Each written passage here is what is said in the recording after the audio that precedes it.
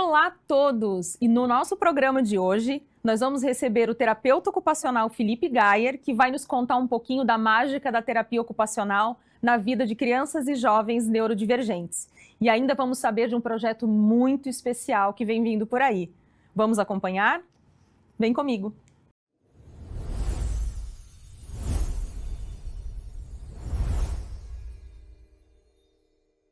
Felipe, seja muito bem-vindo ao programa Mentes que Inspiram. Prazer. Que legal te ter aqui, é uma alegria imensa. Acho que para todo mundo que está assistindo a gente hoje vai ter uma aula sensacional sobre o que é a terapia ocupacional e principalmente quem é esse profissional maravilhoso que vem se destacando aí na área terapêutica, ajudando famílias e crianças neurodivergentes aí em todo o estado do Rio Grande do Sul e quem sabe até pelo Brasil, hein, Felipe?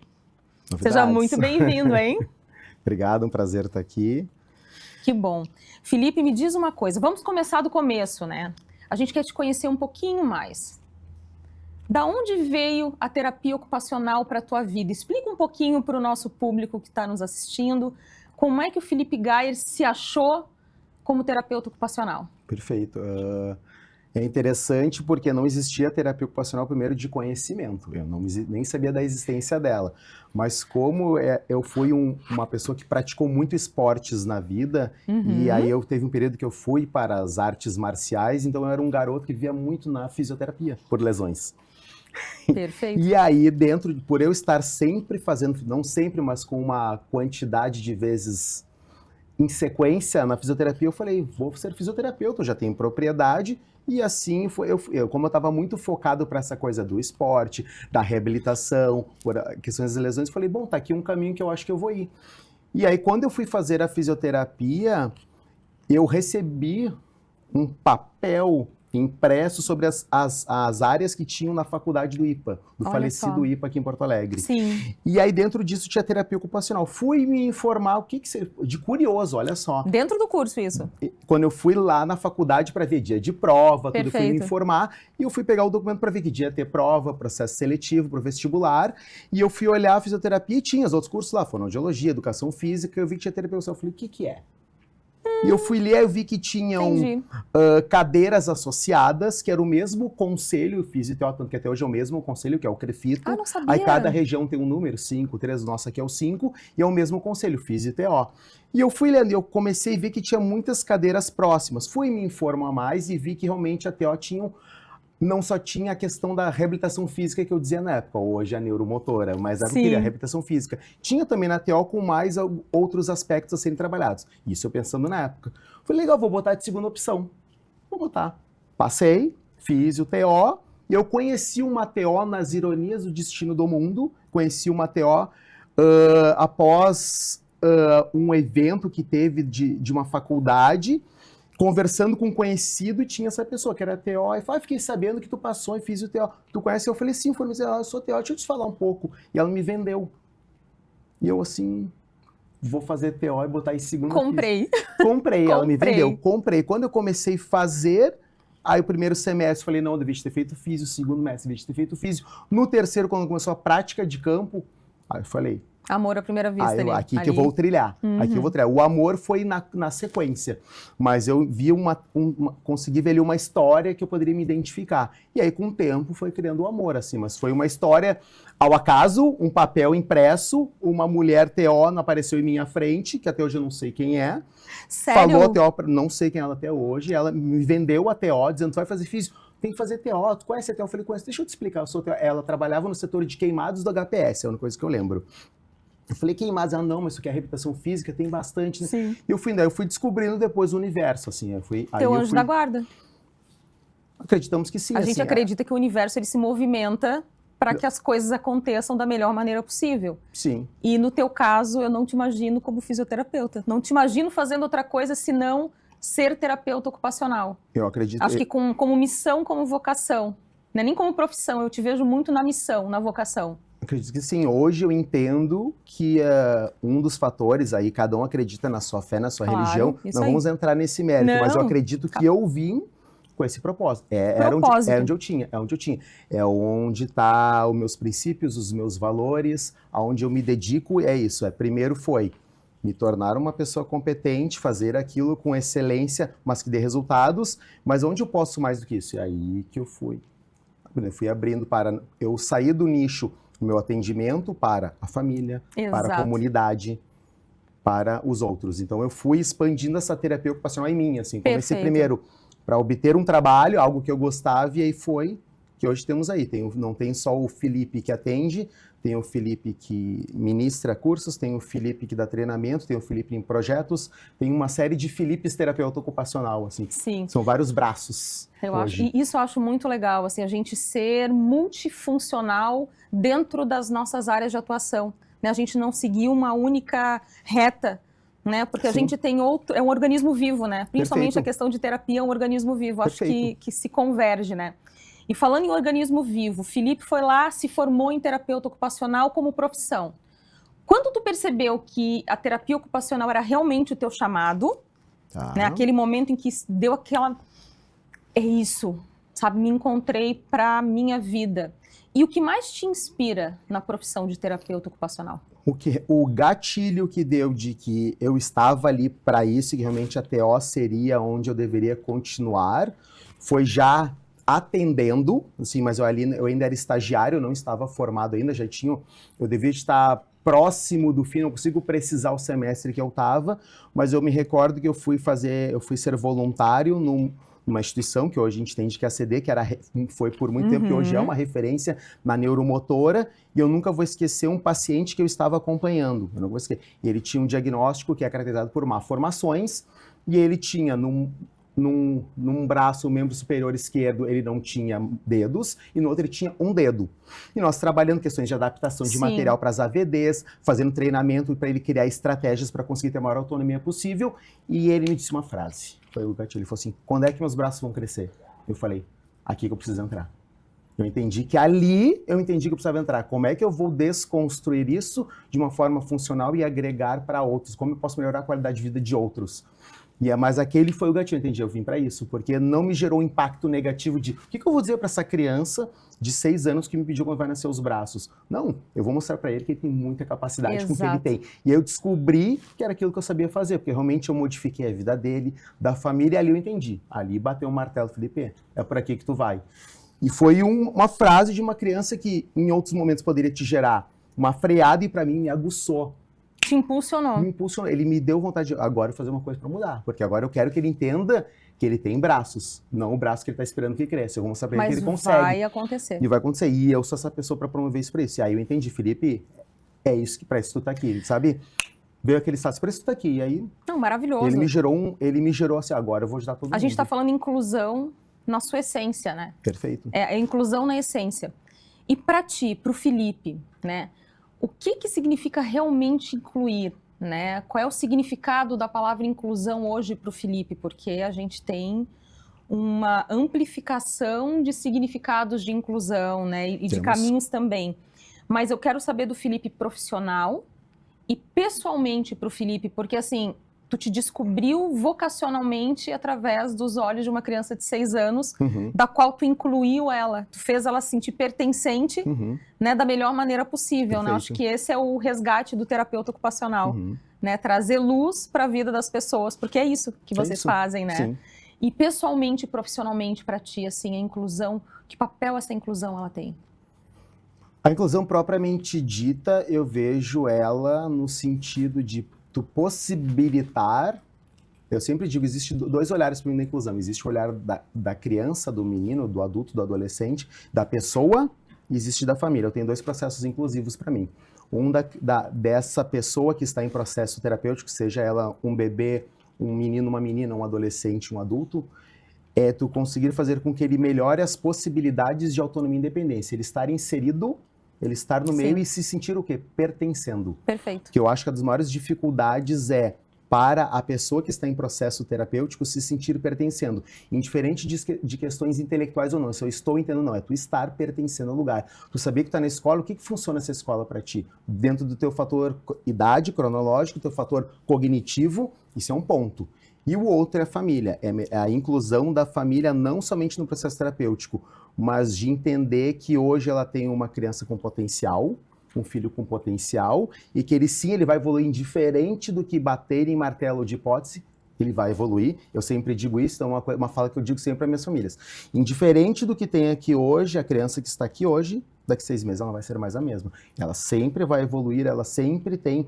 Inclusive, isso é uma fala que uma estagiária, que hoje foi minha estagiária, hoje ela é uma TO formada, mora em São Paulo, me disse: Felipe, eu nunca esqueci uma frase que tu disse para mim, eu te trouxe um estudo de casa e ela me falou assim, eu não sei mais o que fazer. Eu falei: sempre tem que fazer. É que tu não entendeu ainda por onde acessar. Olha só a importância sempre tem que acessar, visão. Mas ele é um paciente com transtorno de espectro autista, nível 3, deficiência intelectual moderada, não verbal, ele é auto e heterolesivo. Eu falei: sempre tem o que modificar. A gente tem que entender aonde a gente tem que acessar, o que a gente pode priorizar, mas sempre muda. Aqui tu tem que entender que sempre quem entra dentro da tua sala não pode mais ser a mesma. Então tu tem que achar estratégia. Exatamente. E ela disse: Felipe, ali eu entendi que eu sempre posso modificar, indiferente do que venha, do que se diga, do que se faça, tu sempre consegue mudar. E a inclusão da família, para mim, isso. Primeiro, ela entender que o filho que ela tem não é um diagnóstico. Isso é uma fala que eu aprendi com o grande mestre Ricardo Halper, falecido Ricardo Halper. Maravilhoso. Maravilhoso, que ele sempre dizia: Felipe, existe uma família, existe um filho, uma criança antes de um diagnóstico. Essa criança, se você tirar o diagnóstico, é uma criança. Eu aprendi isso com ele, Felipe. Nunca põe o diagnóstico em cima, põe o diagnóstico depois da criança. Tu muda completamente o teu mindset. Tu muda o teu olhar. E isso foi uma das coisas que mudou, inclusive, o meu olhar perante a não atender a criança, mas tem que ter uma família. E eu incluo a família. E a minha inclusão dessa família é fazer com que essa família possa, pelo menos em algum momento, a mãe sentar, a mãe ir no banheiro, que também que não consegue nem ir no banheiro. Verdade. Porque tem um filho que demanda demais. Verdade. Aquela mãe que consegue ir num supermercado, aquela mãe que consegue dormir, aquela mãe que consegue, quem sabe hoje, jantar com o seu marido e vice-versa, o marido. Então, não somente a mãe como a conservadora e a protetora e a educadora, mas o pai também. Mas a inclusão é essa, tu conseguir permitir também que ela se faça também poder ter a vida dela, ela poder estar no meio de trabalho, ela poder ser mulher, ela poder ser mãe, mas também poder ser esposa. Eu acho que isso também, para mim, entra como inclusão. Ela voltar à inclusão dela. É tornar o organismo saudável, né? O organismo vivo. Então, assim, essa família volta a constituir o que ela precisa. Por quê? Porque essa criança está evoluindo. No momento que essa criança evolui, a família consegue desconectar um pouco de viver o diagnóstico e viver a vida da criança e a vida dela, mas a gente precisa desse organismo, usando as palavras, desse organismo. Então, se eu não pensar nos processos inclusivos, a gente não consegue modificar. Então é isso. Eu acho que são coisas que se agregam. É quando a técnica, ela encontra a sensibilidade e ela gera impacto real, né? A gente está falando de técnica de estudo, só que estudo e técnica sem ter a sensibilidade, a empatia, tem que ter. O impacto, acho que ele é muito menor. Acho que é uma conjunção, né? Isso. Tu tem que pensar que é uma união, não é somente um filho com diagnóstico, é uma família. Exatamente. E o que tu vai promover dentro disso para melhorar a qualidade de vida de todos. E às vezes tu conseguir agregar a família ao olhar do não diagnóstico, tu muda. Porque a família começa, de um certo momento, a ver o diagnóstico. É o diagnóstico com as mães da recepção, é o diagnóstico da TV, é o diagnóstico daqui, é o diagnóstico da liminar judicial, é o diagnóstico... Então a família começa a viver somente o que o diagnóstico te oferece. E a criança começa a ficar em segundo plano. É limitante, né? Tu te limita a ver o filho. Então assim, calma, vamos tirar tudo que tem aqui, vamos tirar... Tem uma criança aqui, tem uma criança sem diagnóstico aqui. O que ela oferece? Ele seria... com um humor mais irritável, ele seria, de repente, o pestinha da casa, o mais agitadinho, só que o CID vai fazendo algumas barreiras, mas a gente tem que conseguir começar a olhar, claro, o CID ele é relevante, é o que vai determinar o passo para frente, mas quem vai dar o passo para frente junto é a criança, não o diagnóstico. Então, começar a olhar que existe alguém sem diagnóstico, existe uma família, eu acho que muda o teu olhar e eu acho que as coisas acontecem. Aí tu vem com a tua técnica, a tua expertise, aquilo que tu buscou para mecanismos de conseguir resultados, e aí tudo se junta. Não, perfeito, perfeito. Acho que é uma soma de fatores. Não, eu acho muito legal isso, Felipe. É um assunto que a gente poderia discorrer horas aqui, né, falando. A importância daqui ou daqui. Exatamente. Então, Felipe, depois de tudo isso que a gente falou, é importante a gente conversar sobre o que é o terapeuta ocupacional, o trabalho do terapeuta ocupacional. Muitas pessoas estão nos assistindo agora, não entendem como eu, que sou mãe atípica, venho de uma família atípica, né, convivendo com profissionais da terapia ocupacional, né, é um profissional que é muito comum e muito importante na nossa vida no dia a dia, do desenvolvimento dos nossos filhos. Mas para quem não tem o contato com o terapeuta ocupacional, explica um pouco para a gente qual é a atuação do terapeuta ocupacional no desenvolvimento de crianças com autismo e também neurodivergentes. Perfeito. de uma forma em que a gente não se estenda muito, mas que fique funcional para quem não conhece, ter uma compreensão melhor. Primeiro, o que é o objetivo do terapeuta ocupacional de base? É promover autonomia e independência. Então, assim, Perfeito. essa criança, esse bebê, essa criança menor, esse pré-adolescente, adolescente, adulto, ele tem fases da vida. O que a gente tem que promover como TO? Autonomia e independência. Aí nós vamos entrar quais são as barreiras que estão limitando momentaneamente ou permanentemente essas autonomia e independência. Vão ser fatores de base.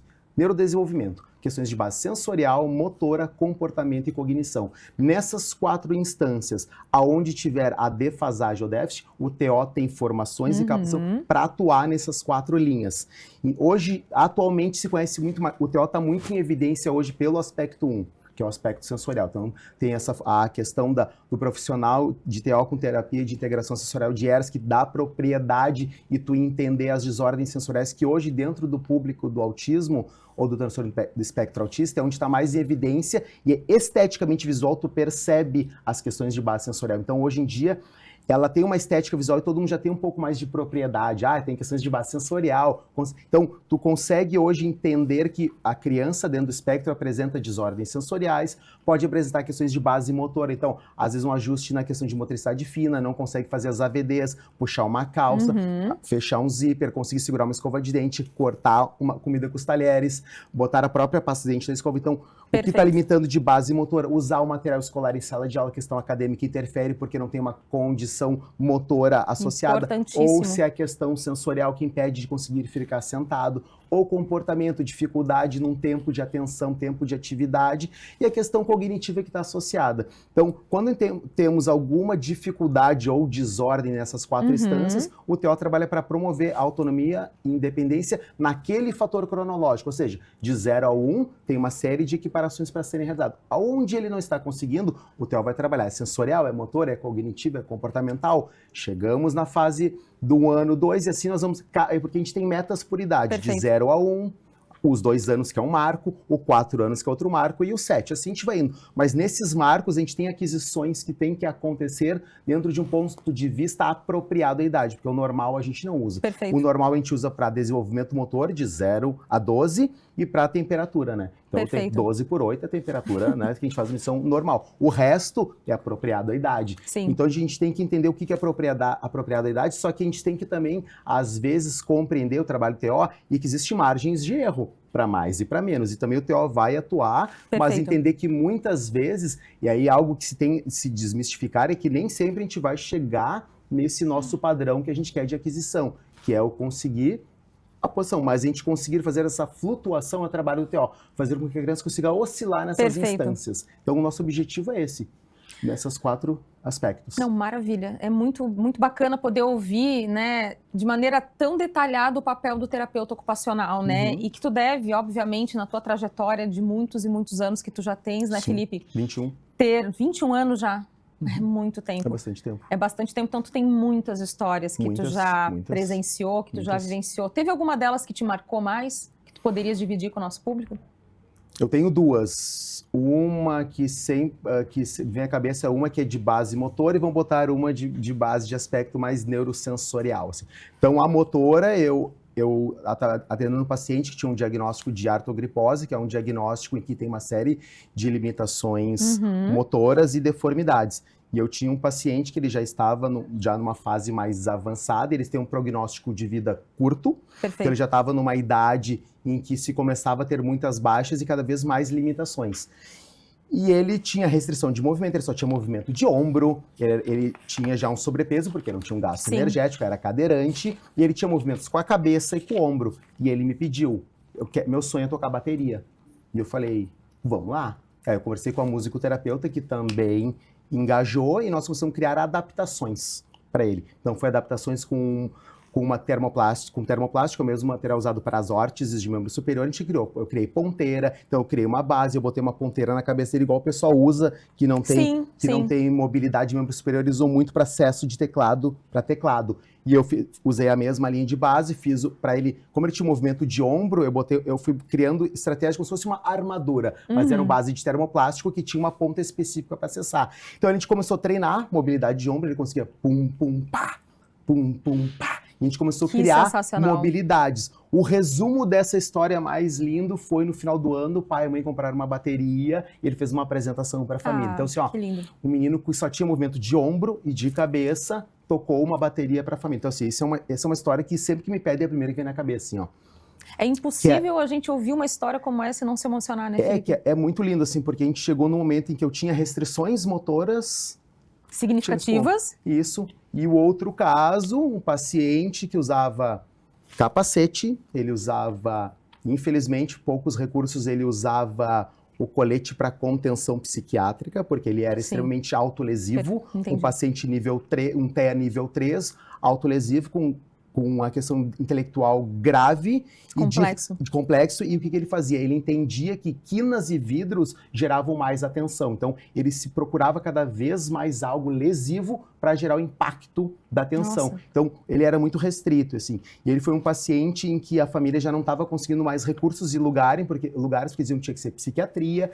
E ele começou comigo. E aí eu fui, ao longo dos atendimentos, ele foi tirando na minha sessão, ele tirava o capacete e tirava toda a contenção para evitar que ele fizesse autolesão. Ele foi acomodando. E ele foi regulando, foi organizando, a gente foi regulando os sistemas sensoriais, modulando o comportamento.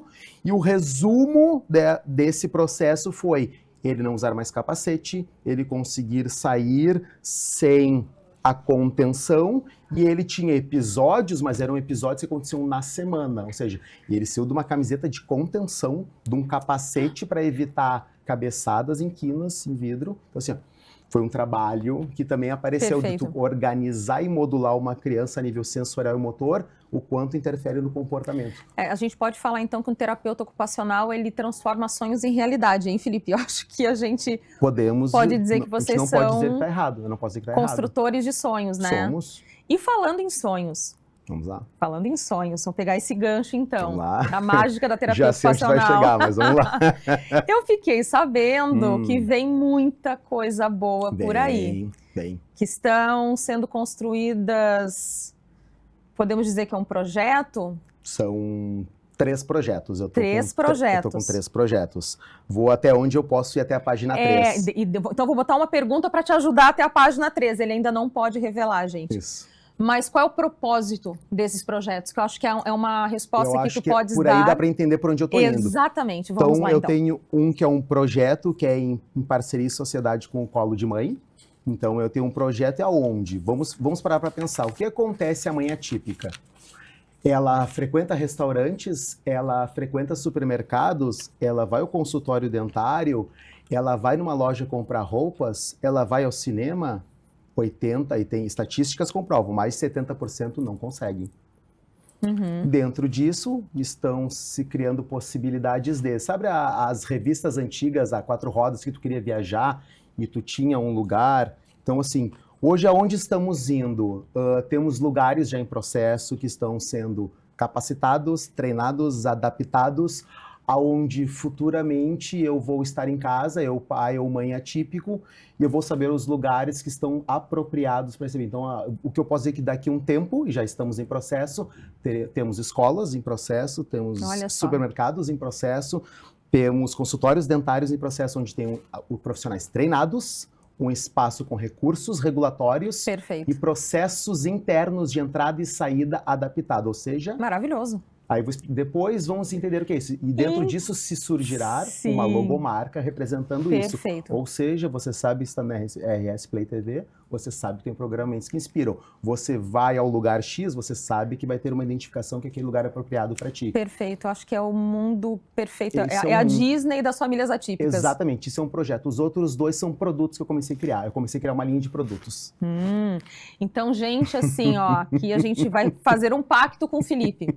Felipe vai vir lançar, em tempo adequado, esses projetos aqui no nosso programa Mentes que Inspiram. Combinado, Felipe? A gente vem a equipe aqui e a gente lança aqui em primeira mão os produtos. Tanto o vamos projeto cobrar, hein? quanto os produtos. Ficamos curiosos, vamos cobrar. Todos estão em processo. E agora, para finalizar a nossa grande conversa, que poderia durar horas, né? E é tão bom quando a gente tem uma conversa fluida e com um assunto que é tão relevante, né? Sim. Que mensagem tu gostarias de deixar para as pessoas que estão nos vendo, nos ouvindo, né, em relação ao desafio e o amor do processo de incluir? que por mais que se entenda que hoje a gente já tenha sempre a negativa, que a gente depende sempre de ter pessoas para nos dar o suporte, eu vou usar uma frase que eu aprendi com um terapeuta ocupacional de Moçambique, que está me acompanhando, fazendo um intercâmbio comigo, e ele me disse uma frase que é interessante. Se você queres chegar ao horizonte, alcance o ombro de um gigante, ou seja, tu até pode chegar ao horizonte, mas tu precisa de alguém, ou seja, sozinho tu não vai. Então, assim, a frase que ela quer dizer assim, eu posso olhar para o horizonte, mas eu preciso de alguém, ou seja, ele subiu no ombro de alguém gigante para poder olhar o horizonte, ou seja, a gente não consegue sozinho. Então, assim, a inclusão, ela acontece, mas precisa de pessoas. Perfeito. Eu preciso de ti, preciso de mim, Perfeito. Eu preciso de uma ONG, eu preciso de um médico, então a inclusão, eu acho que ela não funciona sozinha. Então, a frase que eu diria é, sozinho não dá, mas ela muda, mas a gente precisa de pessoas que buscam inspiração e acreditar. Eu acho que não teria outra forma de entender o que poderia ser. Maravilhoso. Felipe, nosso tempo está acabando, mas eu quero deixar assim, em nome de todo o programa, de todo mundo que está nos assistindo, a gratidão por poder te ouvir e obrigada por nos mostrar que a inclusão ela é feita o tempo todo. Sim. Nos pequenos gestos, o tempo todo. Né, num olhar mais sensível, e que bom te ter aqui. Obrigadão por ter aceitado. E vamos cobrar a tua vinda aqui para falar dos nossos projetos. Vamos sim, vai ser um prazer. E o programa Mentes que Inspiram volta na próxima semana com mais histórias que transformam e inspiram. Espero vocês no próximo sábado, às 15 horas. Até lá!